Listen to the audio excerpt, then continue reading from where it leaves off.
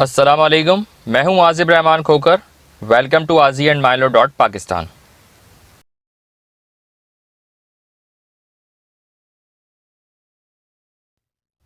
Promoter of a company एक general concept है कि एक शख्स जिसे कंपनी बनाने का ख्याल आता है इसे प्रमोटर कहते हैं।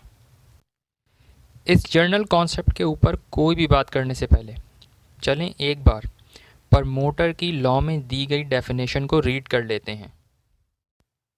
Promoter means a person who is named as a subscriber to the memorandum of association of a company or who has been named as such in a prospectus or who has control over affairs of the company directly or indirectly, whether as a shareholder, director, otherwise, in accordance with whose advice, directions, or instructions the board of the company is accustomed to act. Okay तो एक बात तो reading के दौरान ही clear हो गई कि सिर्फ कंपनी बनाने का ख्याल आने से कोई प्रमोटर ऑफ कंपनी नहीं बन जाता।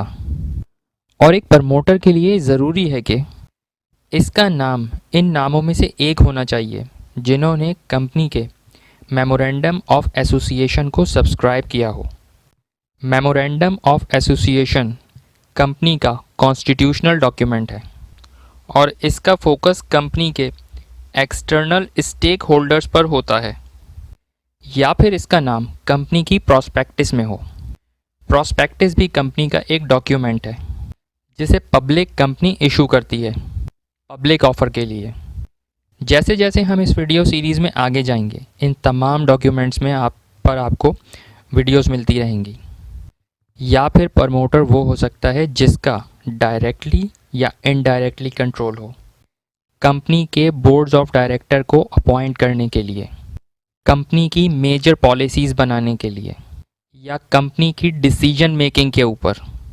या फिर प्रमोटर वो हो सकते हैं जिनकी एडवाइजेस पर कंपनी के बोर्ड ऑफ डायरेक्टर्स को अमल करना लाजमी हो।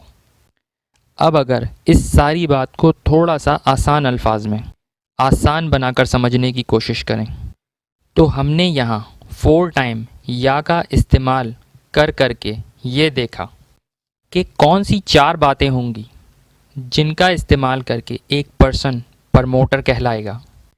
नंबर 1, इसका नाम कंपनी के मेमोरेंडम में हो। नंबर 2, प्रॉस्पेक्टिस में हो। या नंबर 3, मेजर पॉलिसीज़ बनाता हो। या नंबर 4, इसकी एडवाइस पर बोर्ड काम करता हो। लेकिन एक बात यहाँ याद रखिए कि प्रोफेशनल कैपेसिटी में काम करने वाला शख्स इसमें शामिल नहीं है। For example accountant, legal adviser वगैरह। अब तक के लिए इतना ही। अल्लाह हाफिज़।